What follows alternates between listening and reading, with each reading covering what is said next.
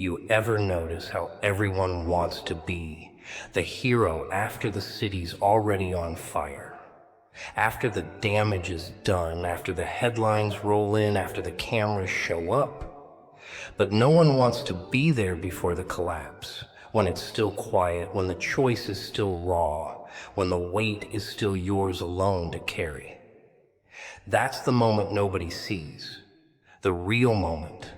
And it's funny, isn't it? Because that's the only one that actually matters. It doesn't start with sirens.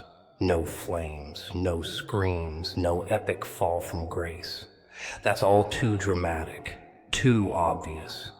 No, the real story, the one that matters, begins in silence, in stillness, right before everything goes sideways. That's the moment people ignore. The quiet hour.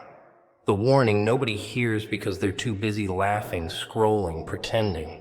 Everyone thinks the world ends in chaos, but it starts with a whisper, with hesitation, with a choice not taken, a door not opened.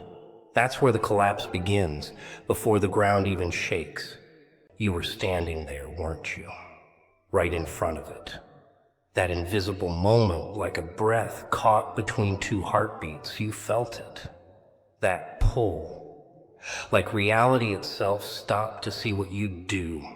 Not because you're special, not because you're chosen, but because that exact second was the second, the one that mattered. And no one else knew. Not your friends, not your family, not even your shadow. Just you in the moment, staring each other down like a standoff in some divine back alley. And what did you do? Maybe you blinked. Maybe you turned away. Maybe you told yourself it wasn't your job, not my responsibility. Someone else will handle it. Oh, that's the best one. That beautiful little lie that lets people sleep at night while the foundations rot beneath them. Because that's what it is, right? Not a disaster, not a failure, a glitch. A tiny, invisible crack in the wall, and no one notices, not until it spreads. Because the tragedy, it doesn't wait until the house is burning. It begins the moment the fire extinguisher goes unused. The second the hero walks past the crime scene and says, "Not my fight." The collapse doesn't care how good your excuses sound. It just loves that you made one. Because now it has a gap to crawl through, and it always crawls, slowly, smiling. See, people love the big moments, the speeches, the triumphs, the glorious comeback stories, but they forget the small ones, the choices no one sees, the ones that feel too quiet to matter. But that's the trick, that's the punchline. The real moment of impact doesn't look like an explosion. It looks like you in your room, deciding whether or not to answer the call that only you can hear. You skip that, everything else bends. Not right away. No. Life has a sense of humor. It lets you think you got away with it. It lets you smile, celebrate, go about your business while the foundation beneath your feet starts to tremble. And by the time you realize what you missed, the moment's long gone. And the best part, no one else knows. They'll just look at you, smile, nod, maybe even clap. But inside, something's unraveling. Not loud, not fast, just undoing. Because the moment that could have held everything together was skipped. Stepped over like trash on the sidewalk, like it was nothing. But it wasn't nothing. It was everything. And it didn't need to scream to matter. Because the joke is this. The world doesn't break when you fall. It starts falling when you don't stand. When you don't even try. When you shrug and say, "It'll be fine," while the thing that needed you, the only thing that ever really did, is left to fend for itself in the dark. People love to talk about purpose, like it's some glowing treasure at the end of the rainbow. something you chase, something you find maybe after years of traveling or meditating or reading just the right self-help book. But it's not out there. It never was. It's buried in you, tangled up in your responsibilities, hidden in the mess you were born into. Not glamorous, not shiny, just sitting there like a loaded gun on the kitchen table, waiting to see if you've got the guts to pick it up. You see, purpose isn't a gift, it's a demand. It doesn't pat you on the head and say, here, have meaning. No. It looks you dead in the eye and says, prove you're worthy of this burden. That's the twisted truth nobody wants to hear. Your responsibility is your purpose, that thing you're trying to avoid. The hard thing, the heavy thing, the annoying thing that just won't go away. That's it. That's the call, wrapped in stress. Dressed as inconvenience, camouflaged as pain. You were supposed to pick it up, carry it, bleed for it if you had to. But instead, what do most people do? They look the other way and go, nah, can't be that. That's too hard. That's too much. But here's the joke, the cosmic comedy. When you throw away responsibility, you're not escaping a burden. You're tearing out the roots of your own identity. You're walking away from the very thing that makes you real. That weight you're trying to drop? It's the only thing keeping you grounded. Without it, you start to float, slowly, drift, lose shape. You become a fog in your own life, present, but not really there. And the more you run, the less you recognize your own reflection.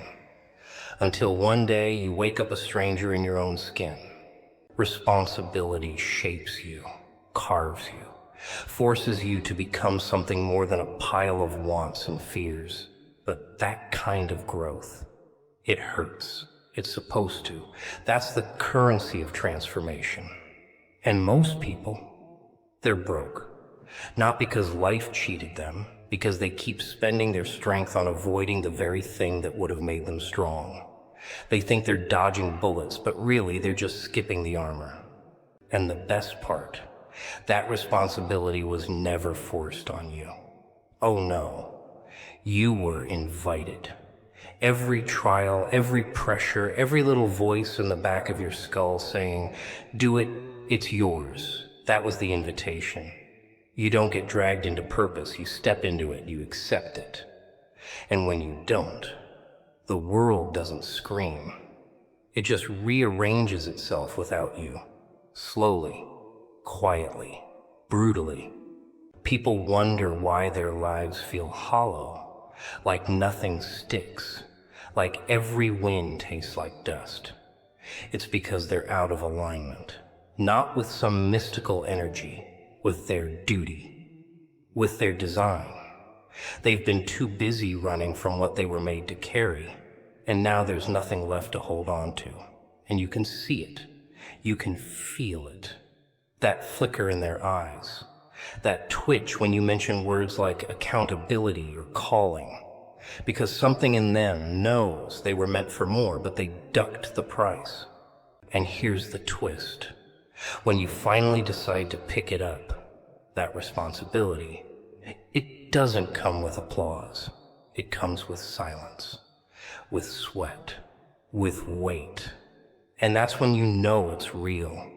Because real purpose doesn't make you feel safe. It makes you feel necessary. Like if you don't show up, something falls apart. Not everything. Just the one thing that was yours to protect. They're all waiting for someone else to do it. That's the game. That's the little magic trick everyone plays. Surely someone will step in. Someone stronger, smarter, louder, braver.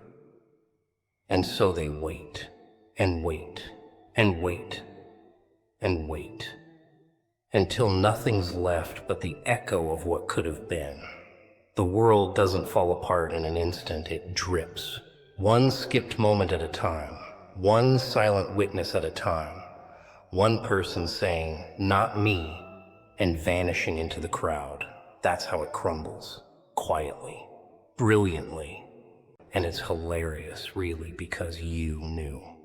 You knew it was yours, that moment, that task, that little flame burning under your ribs that whispered, "It's on you." Not out loud, not written in the sky, just known, deep in the gut, felt in the pause between thoughts.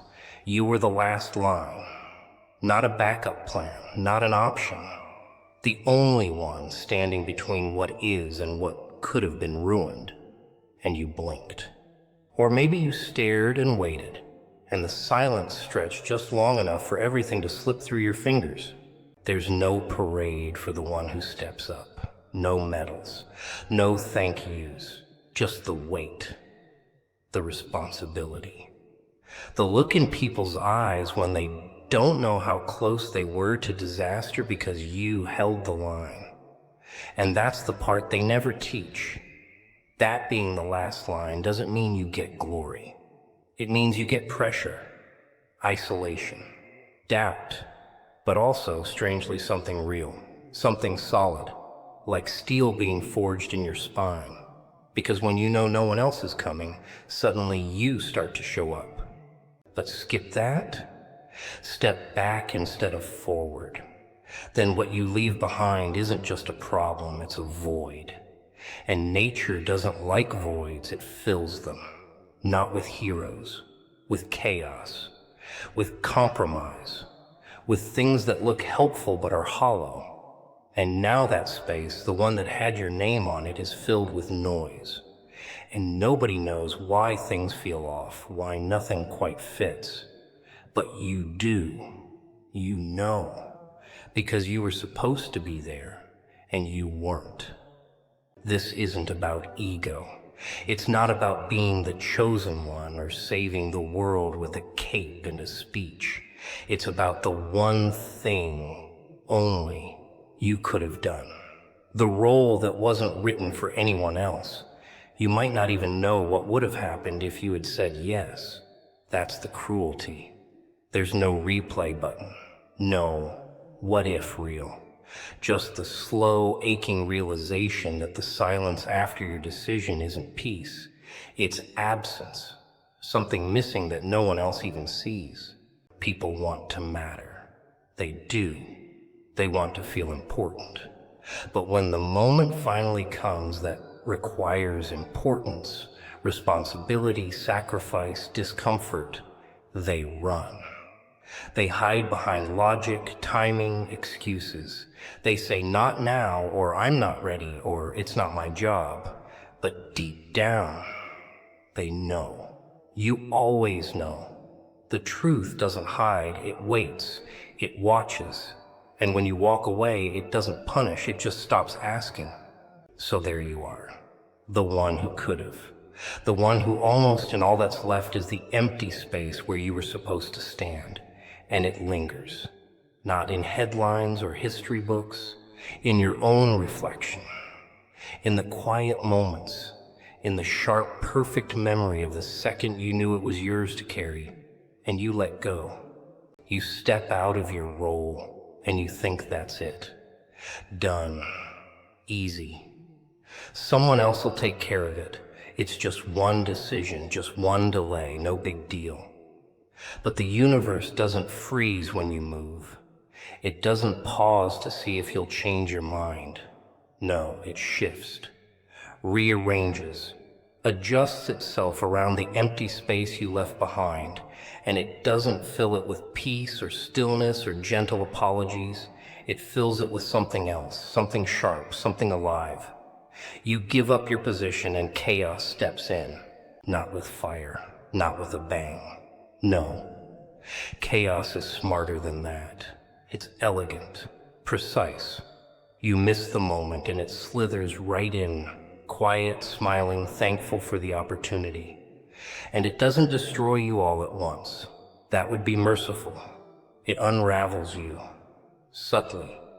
From the inside out, it starts with the little things. You forget who you were supposed to be. You lose track of what mattered. You get busy, distracted, tired.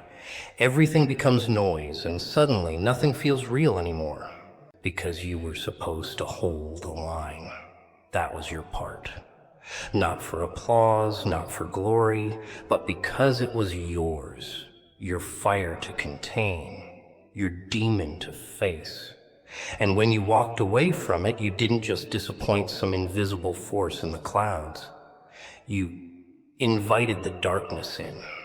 You cleared the table and set the chair, gave it a glass, smiled like a host, because that's what happens when responsibility is abandoned. Something else always fills the vacuum. The world doesn't care how justified you felt, how stressed you were, how scared you were. It doesn't speak the language of excuses. It speaks the language of, you don't show up, something else does. And you don't get to vote on what it is. It might be fear, might be addiction, might be apathy, but it always shows up. Always. And it's patient. It doesn't knock. It doesn't rush. It just waits for the door you forgot to lock. You ever wonder why things feel off even when they're fine? Why your smile feels glued on? Why conversations feel hollow?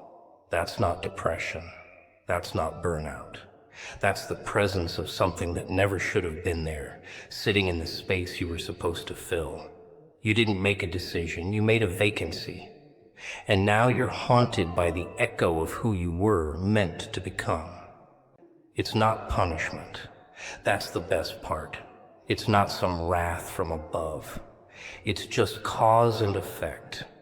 You turn your back on the thing that defines you, the thing you were built to face, and what's left behind isn't peace, it's distortion. Like watching a movie that keeps skipping scenes or hearing a song with notes missing. You're out of rhythm with your own life, and no one else can feel it but you. That's what makes it unbearable. You think skipping one moment won't matter. That not speaking up, not showing up, not owning it just once is harmless. But that one moment, it's connected to everything else. It's a domino. And when it falls, you lose more than the moment. You lose you, bit by bit. And the version that replaces you, it might look the same, might laugh the same. But inside, it's hollow. A puppet dressed in your skin, performing a life that no longer fits. You traded something real for something easy, something sacred for something safe. And now chaos gets to rewrite the rules in a voice that sounds suspiciously like your own. It's not that the world is punishing you. It's just filling the empty seat at the table, the one you were supposed to never leave. There's something worse than not knowing. It's knowing and pretending you don't. That little voice in your head, that flicker in your chest, that twist in your gut when you're about to walk away from the thing that matters. You don't hear it because you're stupid. You don't miss it because you're blind. You ignore it because it's inconvenient. Because deep down, you know. And that's what burns. That's what eats you alive from the inside out. Not the silence, the knowing inside the silence. You didn't skip the moment because you couldn't see it. You skipped it because it asked too much. Because it threatened your comfort, your image, your little glass box of predictable problems. So you dressed it up, called it bad timing, told yourself someone else could do it better. That's the trick, right? You pretend you didn't see the exit ramp and then complain about the crash. You knew. You felt it. And you turned the other way. People love to say I didn't know. That's the golden ticket, the free pass, the last defense. But it's not true. You knew in the way a person knows when they're lying to themselves. In the way a child knows they're doing something wrong before they even do it. It's not ignorance, it's cowardice. That's the real disease. And it spreads fast. Because once you lie to yourself about one thing, the rest gets easier, smoother, more rehearsed. And that's how it starts. That's how people become ghosts in their own story. They pretend they didn't hear the call. They bury the evidence. They rewrite the script so they're always the victim, never the deserter. They become masters of distraction, busy, overworked, focused on priorities. But at night, when the lights are off and the show's over, that silence creeps in, and it's not empty. It's heavy, because it's filled with everything you refuse to carry. That silence is sacred. It's not there to soothe you. It's there to accuse you. Not out of hate, not out of judgment, but out of memory. It remembers what you promised, what you were supposed to do, what you could have been. And every time you try to drown it with noise, with music, with screens, with laughter that doesn't touch your eyes, it just waits. It never forgets. It doesn't need to raise its voice because it already knows you heard it once. And what do you do with that kind of silence? Most people run from it. Fill their lives with distraction. Get louder, flashier, funnier. Anything to not be left alone with the truth. Because the truth doesn't care how successful you look, how many followers you have, how clean your calendar is. The truth only cares about one thing. Did you do the thing you were supposed to do? People say the universe is mysterious. No, it's not. It's blunt. It tells you exactly what it wants, but it whispers, and you only hear it when you stop pretending, when you stop running. And if you skip it, if you ignore the one thing that was yours to face, the universe doesn't send lightning. It doesn't break your windows. It just goes quiet. It stops speaking. And that's the punishment, not pain, absence. No more nudges, no more gut feelings, just static. And you'll still laugh, still talk, still post photos and smile in them. But that silence, it follows. Like a shadow that doesn't need light. Like a joke where the punchline is you sitting in the empty space where your purpose used to be. You think when the universe wants something from you, it shows up with a big, booming voice, a flash of lightning, maybe a burning bush if we're going old school. But no, that's not how this works. It whispers, it nudges. It knocks just loud enough for you to hear, but quiet enough that you can pretend you didn't. Because it's not trying to force you. It's trying to reveal you. The real you. Not the one you post or perform or rehearse in the mirror.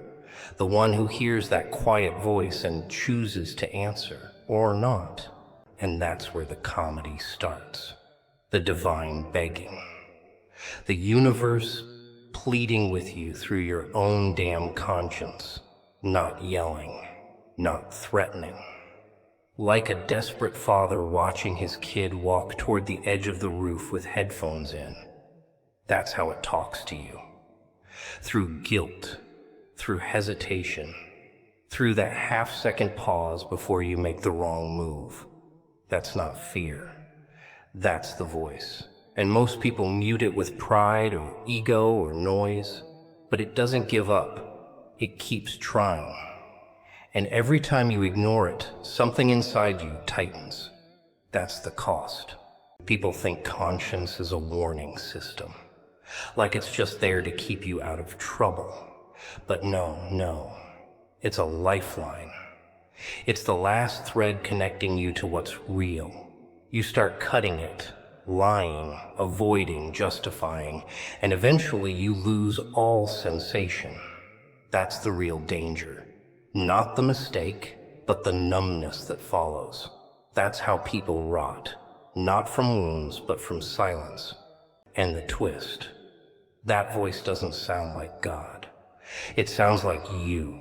It uses your words, your tone, your memories, because the only way to reach you is through you. Which is funny, right? Because you can't run from it without running from yourself. You try to outrun the whisper and all you do is create echoes. They bounce around your skull, getting louder every time you pretend you didn't hear, until eventually they stop. And then you think you found peace. But it's not peace. Its absence. The whisper gave up. It begged, and you laughed. It cried, and you turned up the volume. So now it just stops.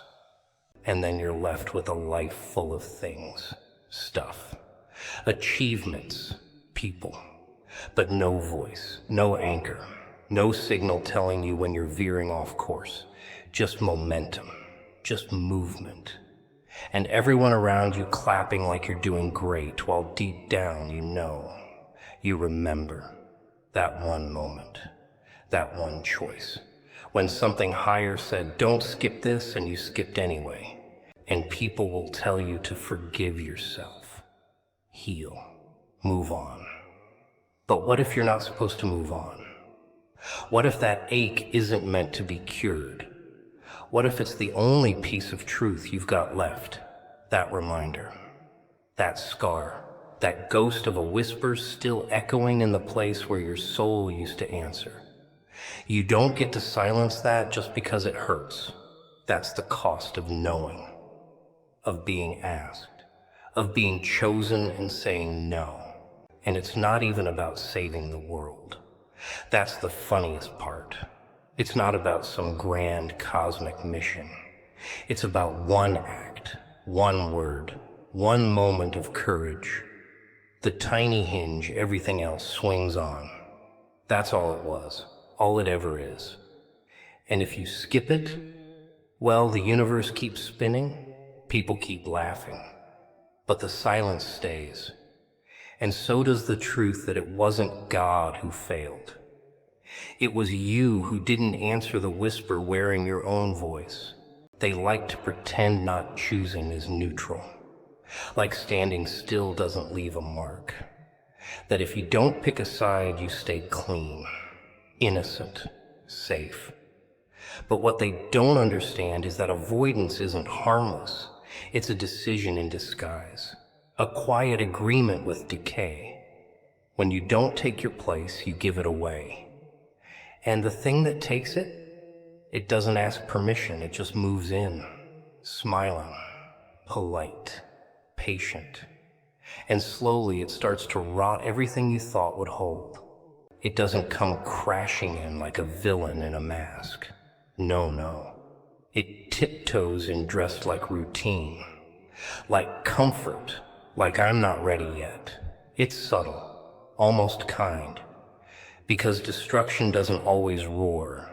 Sometimes it whispers, take your time, and every time you listen, every time you delay, you become more complicit. Not through action, through absence, through the space you leave behind when you don't show up. It's easy to believe that if you didn't do anything wrong, you're still on the right side. But silence has fingerprints. Inaction has consequences. You watch something fall apart and you tell yourself, that's not my problem. But you were there. You saw it. You had the words, the hands, the fire, and you chose quiet. That quiet isn't innocent. It's not a white flag. It's a blindfold. You put it on, and you let the house burn down. And here's the real punchline. Life doesn't care why you didn't act. It doesn't take excuses. It doesn't sit you down and ask how hard your day was. You either did the thing or you didn't. You showed up or you didn't. That's the math. That's the weight. And when the cracks start spreading, when the damage starts to show, no one looks for the missing hero. They just deal with the mess. And you get to sit there, watching it all unfold, knowing you could have held the first brick in place, but you didn't. You watched it tilt and turned your back. People love the fantasy of innocence, that if you just stay quiet, keep your head down, don't get involved, the storm will pass and you'll still be standing. But the storm isn't outside. It's in the vacuum, in the spot you refuse to fill. When the structure shakes and the floor gives out, it's not because someone attacked it. It's because someone who knew better walked away, and no one noticed. Until it was too late. And maybe the worst part, You still get to live in the ruin.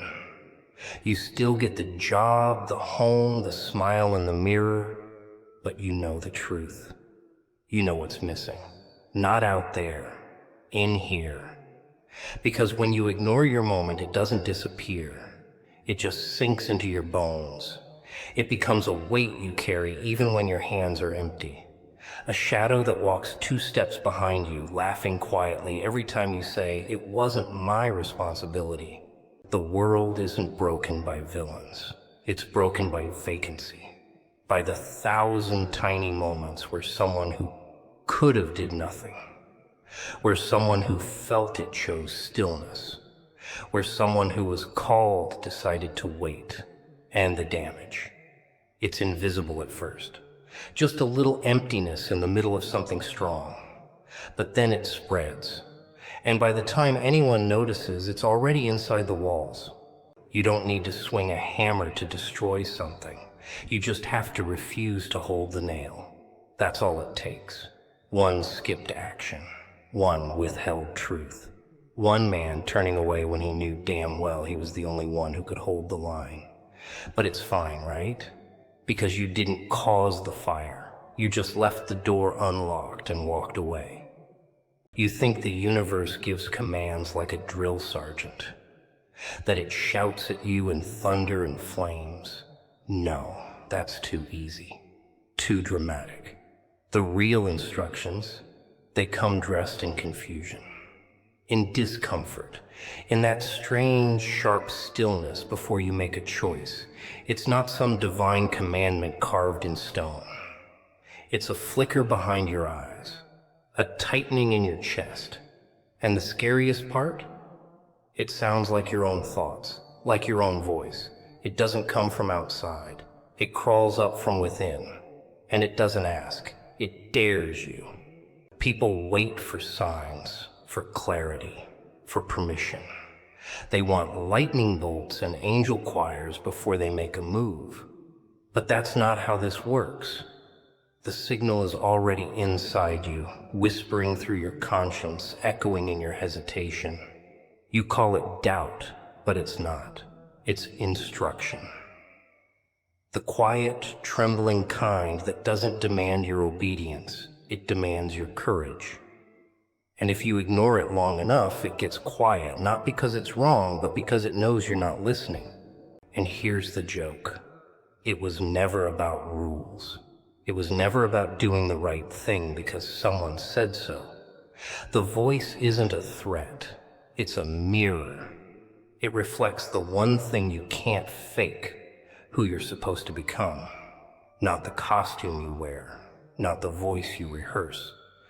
The real version, the one that only shows up when you stop pretending, when you stand in the fire without asking for shade. That version doesn't respond to orders. It responds to conviction, to truth. Not the comfortable kind, the kind that cuts. But you dodge it. You wrap yourself in logic. You call it being rational, being realistic, protecting your peace. What you're really doing is hiding. You shrink under the weight of the very thing that was trying to pull you up. You push back against the whisper because it doesn't come with a guarantee, because it won't promise applause. It just says, do it, and waits. And if you don't, it doesn't punish you. It just watches, quietly, while everything starts to slip. It's not anger you feel when you ignore it. It's regret. Regret in slow motion. Regret with a smirk. Because deep down, something in you knows that was the moment. The one that counted. The one that could have tipped the balance. You felt it in your bones and you walked the other way. That's what haunts you later. Not the mistakes, not the failures. The silences, the skipped beats. The second you knew you had to move and didn't. And don't think it's over just because time passed. That feeling doesn't age. It doesn't decay. It waits. Like a film looped in the back of your mind. And it plays every time you laugh a little too loud. Every time the room goes quiet. Every time you look in the mirror and wonder what's missing is you.